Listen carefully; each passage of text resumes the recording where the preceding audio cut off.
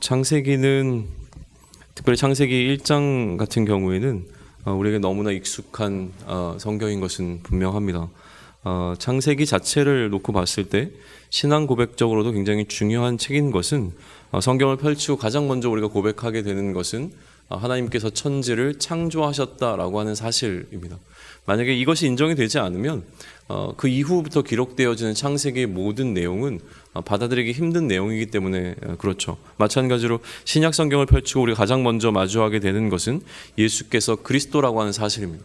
예수가 그리스도라는 것을 인정하지 못하면 또 신약의 모든 내용들은 사실은 받아들이기 너무나 어렵기 때문에 그렇습니다. 창세기가 기본적으로는 성경 전체에 있어서 우리의 신앙 고백적으로 너무나 중요한 책이라고 하는 사실은 계속 언급하는 것이 너무나 무의미할 정도로 우리에게 잘 알려져 있죠. 그런데 오늘 우리가 이제 창세기를 계속 앞으로 살펴보면서 주목하고자 하는 것은 무엇이냐면, 이 창세기를 기록한 것이 모세라고 한다면 이 모세가 창세기를 왜 썼는가라고 하는 부분인 거예요. 기본적으로는 이스라엘 백성들에게, 특별히 가나안 땅에서 이제 이방 민족의 문화권에서 살아야 되는 그 이스라엘 백성들에게 그 땅 가운데서 그들이 어떠한 삶을 살아야 되는가라고 하는 것을 알려주기 위한 교육적인 목적으로 모세 오경이 쓰여졌다라고 이해를 한다면, 그러면 이 창세기를 기록할 때 이미 창세기 안에 모세는 그러한 목적들을 충분히 담아내고 있다라고 하는 것이죠.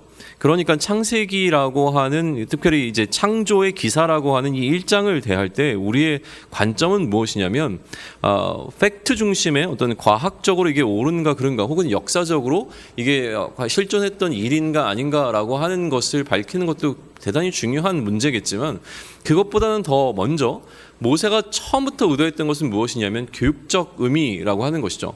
그러니까 이 내용을 읽으면서 이곳 가운데서 우리가 어떠한 의미를 발견할 수 있는가에 더 포커스를 맞추면 좋겠다라고 하는 거예요. 그러면 모세가 그의 이스라엘 백성들에게 교육적인 관점에서 쓰고 있는 이 창조의 기사를 보면서 우리가 관심을 두어야 할 것이 무엇이며 또 어떤 의미를 두었겠는가라고 하는 것은 또 이미 잘 알려져 있습니다. 창세기 1장과 2장 속에서는 선의 문제를, 그리고 3장에서는 악의 문제를, 그리고 그 이후부터는 어떻게 우리가 구원받아 이스라엘 백성이 되었는가, 어떻게 하나님의 나라, 하나님의 백성이 되었는가를 다루고 있다라고 하는 것은 또 이미 잘 알려져 있는 이야기이기도 합니다. 3장에서 어떻게 인간이 악해졌는가를 다루고, 또 그 결과가 무엇이며 어떻게 그 악으로부터 우리가 다시금 하나님의 백성으로 회복되었는가를 살펴보기 전에, 그럼 우리가 지금 우리 앞에 놓여있는 1장과 2장을 살펴볼 때 우리가 주목해야 되는 것은 무엇이냐면, 1장이 다루고 있는 이 선의 이슈를 어떻게 받아들일 것인가라고 하는 것이죠. 1장에서 가장 강조하고 있는 것은 6일 동안에 하나님께서 어떠한 창조를 하셨는가 보다도 우리가 주목해야 될 것은 무엇이냐면, 그 창조의 결과로 하나님께서 얘기하고 계시는 보시기에 좋았더라라고 하는 평가라고 하는 사실이죠. 이게 바로 선이라고 하는 부분입니다. 뭐냐면 선이라고 하는 것은 하나님께서 보시기 좋은 것이 선인 것이죠.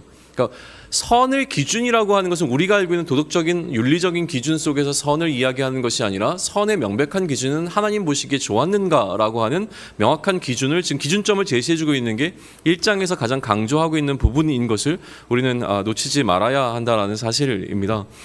그렇기 때문에 보시기에 좋은 것은 무엇인가라고 하는 그 다음 질문 속에서 하나님께서 보시기 좋았다라고 하는 것은 하나님께서 계획하신 대로 창조되었다. 다시 얘기하면 하나님의 뜻대로 창조되었고, 그렇기 때문에 그것이 보시기 좋은 것이다 라고 하는 것으로 우리의 선의 문제를 정의하는 것이 이 1장을 볼 때 우리가 가장 주목해야 되는 모세의 의도라고 저는 생각을 합니다.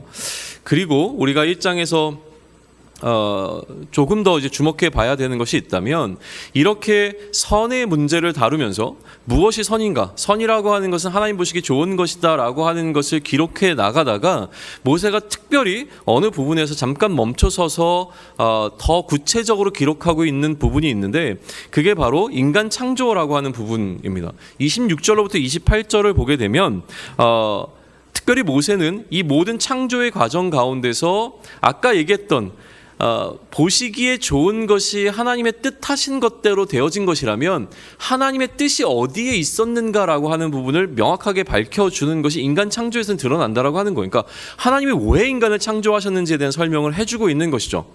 그래서 우리가 살펴봐야 될 것이 26절부터 28절인데요. 다시 한번 26절부터 28절을 같이 읽겠습니다. 시작.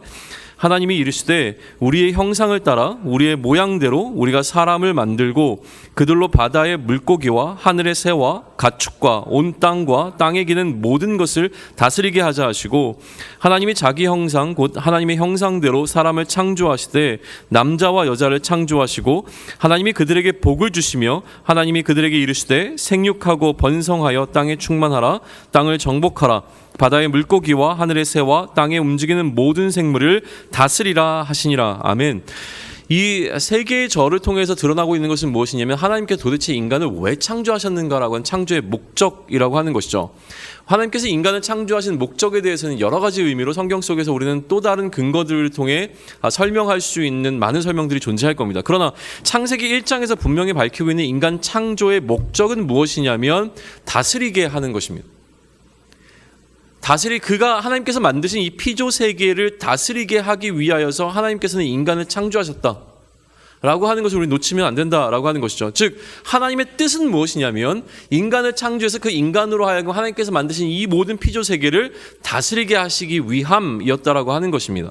그리고 그렇게 인간이 이 하나님이 만드신 모든 창조의 세계를 다스릴 때 그것이 바로 보시기에 좋은 것이 되는 것이죠. 이 다스림을 위해서 그러나 인간 마음대로 다스릴 수 있는 것이 아니라 그렇기에 그 앞에 어떤 내용이 붙냐면 우리의 형상을 따라 우리 모양대로 짓자라고 하는 이야기가 들어간다는 거예요. 인간을 만드셔서 그 인간으로 하여금 하나님께서 창조하신 창조 세계를 다스리게 하셨는데 그 다스림의 근거는 무엇이냐면 하나님의 형상을 따라 지어진 인간이 다스리는 다스림이라는 거예요. 그러니까 그 다스림은 하나님처럼 다스리는 다스림이 돼야 된다는 겁니다. 하나님의 형상을 따라 지음 받았다는 것은 하나님처럼 만들어졌다라고 하는 의미가 담겨있기 때문에 그런 것이죠. 그럼 정리하면 이렇습니다. 하나님이 인간을 창조하신 목적은 무엇이냐면 하나님이 보시기에 좋은 방식으로 다스리도록 하기 위하여 인간을 창조하셨다라고 우리는 정리해 볼 수 있다라고 하는 것이죠. 그런 의미에서 하나님께서는 인간을 창조하시고 그 인간에게 왕권을 주신 것입니다. 그런데 이 왕권이 상실되게 되어집니다. 그것이 3장에서 드러나고 있는 악의 문제인데 인간은 하나님의 명령을 거부하면서 다시 얘기하면 하나님의 형상이 파괴되기 시작하면서 이 왕권을 상실하게 되어지죠. 그리고 이 왕권이 언제 회복이 되어지냐면 하나님께서 우리에게 왕을 보내주시기로 하면서 이 왕권은 다시 세워집니다. 그 왕으로 오신 그 그리스도로 약속되어서 오신 분이 바로 예수님이고 예수님이 오셔서 이 왕권이 회복되어지고 창조의 질서가 다시금 회복되어지는 일이 발생하게 되어지는 것이죠. 더 나아가 이 왕권은 다시 우리에게 위임되어지는데 예수님께서 이 말씀을 하십니다. 아버지가 나를 보내신 것 같이 나도 너희를 보내노라 라고 하면서 그가 맡으셨던 그리스도의 직을 우리 그리스도인들에게 위임해 주시면서 우리의 상실된 왕권은 다시금 회복되어진다라고 하는 것입니다. 다시 우리가 그리스도인이 되었다고 하는 것은 이 창조의 질서대로 우리가 하나님의 뜻대로 이 모든 세계를 다스리는 왕권이 회복되었음을 다시 얘기하면 그렇게 무너져버린 창조의 질서를 다시 회복하는 것이 우리가 해야 되는 그리스도로서의 역할이라고 하는 것을 우리는 다시금 이 창세기를 살펴보면서 묵상해 볼 필요가 있다라고 믿습니다. 창조의 질서란 하나님이 보시기에 좋은 것입니다. 내 눈에 보기 좋은 방식대로 가는 것이 세상의 질서이고 그것을 명확하게 보여주기 시작하는 것이 3장부터입니다. 세상의 질서는 취함에 관해서 우리에게 알려줍니다. 3장에서 드러나는 인간의 문제도 취함으로부터 발생하게 되는 것을 우리는 놓치면 안 된다라고 하는 것이죠. 그러나 그리스도께서 이 땅에 오셔서 왕으로서 하신 일은 무엇이냐면 창조의 질서를 회복하기 위하여 그는 내어주셨다라고 하는 사실을 우리는 명확하게 다시금 기억하셔야 됩니다. 이사야 53장 5절은 이렇게 기록합니다. 그가 찔림은 우리의 허물 때문이요 그가 상함은 우리의 죄악 때문이라. 그가 징계를 받음으로 우리는 평화를 누리고 그가 채찍에 맞음으로 우리는 나음을 받았도다. 그리스도가 왕으로 오셔서 우리에게 하셨던 것은 무엇이냐면 그 자신을 내어주심으로 우리에게 생명을 주시는 일이었음을 우리는 다시금 기억해야 합니다. 창세기 2장에서 우리는 내어줌을 통한 생명의 탄생을 보게 될 것입니다. 한 남자가 그의 일부를 내어줌으로 여자가 탄생되어지는 일을 우리는 마주하게 되어집니다. 그러나 곧장 창세기 3장에서 우리는 무엇인가를 취함을 인하여서 그 모든 질서가 파괴되는 것을 또한 보게 되는 것이죠. 그러니 지금 우리가 2장과 3장을 넘어가기 전에 1장 가운데서 분명히 해야 될 것은 무엇이냐면 창조의 목적이 다시금 회복되어지는 것에 관해서 우리는 1장 속에서 살펴봐야 되는 겁니다. 회복된다고 하는 것은 무엇이냐면 기존에 있었던 질서가 있는 겁니다. 그것이 무너졌고 회복되어진다면 회복되는 창조의 질서는 하나님의 보시기에 좋은 대로 통치되어지는 그 나라가 회복되는 것임을 우리는 분명히 해야 한다고 하는 것이죠. 1장을 통해서 제가 함께 나누고 싶은 마지막 메시지는 29절과 30절입니다. 29절과 30절을 우리 함께 읽겠습니다. 하나님이 이르시되 내가 온 지면에 씨 맺는 모든 채소와 씨 가진 열매 맺는 모든 나무를 너희에게 주노니 너희의 먹을거리가 되리라. 또 땅의 모든 짐승과 하늘의 모든 새와 생명이 있어 땅에 기는 모든 것에게는 내가 모든 푸른 풀을 먹을거리로 주노라 하시니 그대로 되니라. 아멘. 주목되어지는 단어가 하나 있는데 29절과 30절이 기록된 이유, 그러니까 모세가 이 이야기를 왜 기록했을까라고 하는 부분에 있어서 단지 인간 창조가 되었다는 사실을 기록하는 것으로 멈추지 않고 왜 인간을 하나님께서 창조하셨는가라고 하는 창조의 목적을 기록한 이후에 지금 모세는 분명하게 기록하고 있는 것은 먹을거리에 관한 이야기입니다. 이 부분이 상당히 중요하다고 저는 믿습니다. 왜냐하면 먹을거리를, 다시 얘기하면 먹을거리가 필요한 존재로 창조되었다고 하는 사실을 분명히 하고 있다고 하는 것이죠. 인간이 창조되었는데 인간은 먹을거리가 없으면 존재할 수 없는 그러한 피조물로 창조되었음을 명확하게 하고 있는 겁니다. 인간뿐만이 아니라 생명이 있는 어떤 존재들은 하나님께서 먹을거리를 주지 아니하시면 존재할 수 없다라고 하는 사실을 분명하게 강조하고 있는 것을 놓치면 안 된다라고 하는 사실이죠. 이것은 처음부터 하나님께서 피조물을 창조하실 때에 의존적인 존재로 만드셨음을 의미합니다. 하나님께서 공급해 주시는 것을 받지 아니하면 존재할 수 없는 하나님만을 의존하는 존재로 만드셨다라고 하는 사실을 우리는 이 먹을거리라고 하는 부분으로부터 분명히 깨달아야 한다라고 하는 것이죠. 그러니 이제 우리의 이슈는 무엇이냐면 살기 위해서 무엇을 의존할 것인가? 우리가 살아가면서 무엇을 의존하고 있는가의 이슈이고 그 문제라고 하는 것이죠. 우리는 하나님을 의지한다고 하면서 다른 것을 의지할 수밖에 없는 연약한 존재들입니다. 우리는 하나님을 의지한다고는 하지만 결국 우리의 믿음의 크기만큼만 하나님을 의지하는 존재입니다. 내가 하나님을 어떻게 믿고 있느냐에 따라서 그 믿음의 크기만큼만 하나님을 의지하는 존재, 딱 이만큼까지만 의지하는 존재가 바로 우리들이라고 하는 것이죠. 그렇기 때문에 하나님 외에 가장 강력하게 우리를 의지하도록 유혹하는 대상, 다시 얘기하면 하나님 외에 우리가 가장 강력하게 의지하고 있는 대상은 물질입니다. 그렇게 성경은 우리로 하여금 이것을 경계하라고 이야기할 수밖에 없는 것이죠. 재정적인 어려움이 찾아오면 고통스럽고 재정이 부족하면 우리는 불안해지기 시작합니다. 물질이 우리에게 주는 강력한 힘이 있기 때문에 그렇죠. 그렇게 그 다음에 우리가 의존하는 것은 나의 결핍의 문제를 해결해 줄 수 있을 것 같은 대상입니다. 그것이 물질을 통해서건 어떤 방식을 통해서건 내 앞에 놓여있는 이 결핍, 재정적인 결핍과 물질의 결핍과 물질이 주는 어떤 그 부차적인 결핍의 문제들로 인하여서 내가 어려움을 겪을 때 이것을 해결해 줄 수 있을 것 같은 대상이나 사람을 의존하고 찾게 된다고 하는 것이죠. 그리고 가장 어려운 것은 무엇이냐면 그 가운데서도 어떻게든지 하나님을 의존하려고 할 때에 그 마음을 부끄럽게 만든다라는 사실입니다.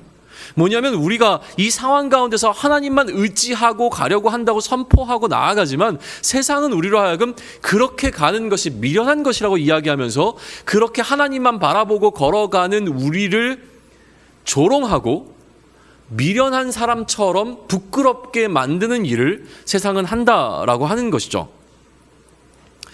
그렇게 창조의 기사 속에서 우리가 봐야 할 것은 무엇이냐면 우리의 먹을거리가 어디로부터 나오는가라고 하는 것을 다시 한번 선명하게 해야 합니다. 이 명확함이 해결돼야 하는 것이죠. 우리의 일용할 양식이라고 하는 것은 그 다른 어떤 것으로부터 나오는 것이 아니라 하나님으로부터 나온다라고 하는 사실이 우리 안에 먼저 회복되어져야 하나님과 우리와의 관계가 회복되어지고 그 질서가 온전케 회복되어짐을 1장은 우리에게 알려주고 있음을 저는 믿습니다. 이런 의미에서 창조의 질서가 회복되어진다고 하는 것은 하나님 보시기에 좋은 대로 흘러가는 것입니다. 우리가 하나님만 의존하는 존재가 되어지는 것, 그게 하나님 보시기 좋은 대로 우리가 살아가는 방식이라고 하는 것이죠. 내 안에 새 창조가 일어난다고 하는 것은 내 뜻대로 살아가고 내가 보기에 좋은 방식대로 살아가는 나의 삶이 이제는 하나님의 뜻대로 되어지는 삶으로 바뀌는 것입니다.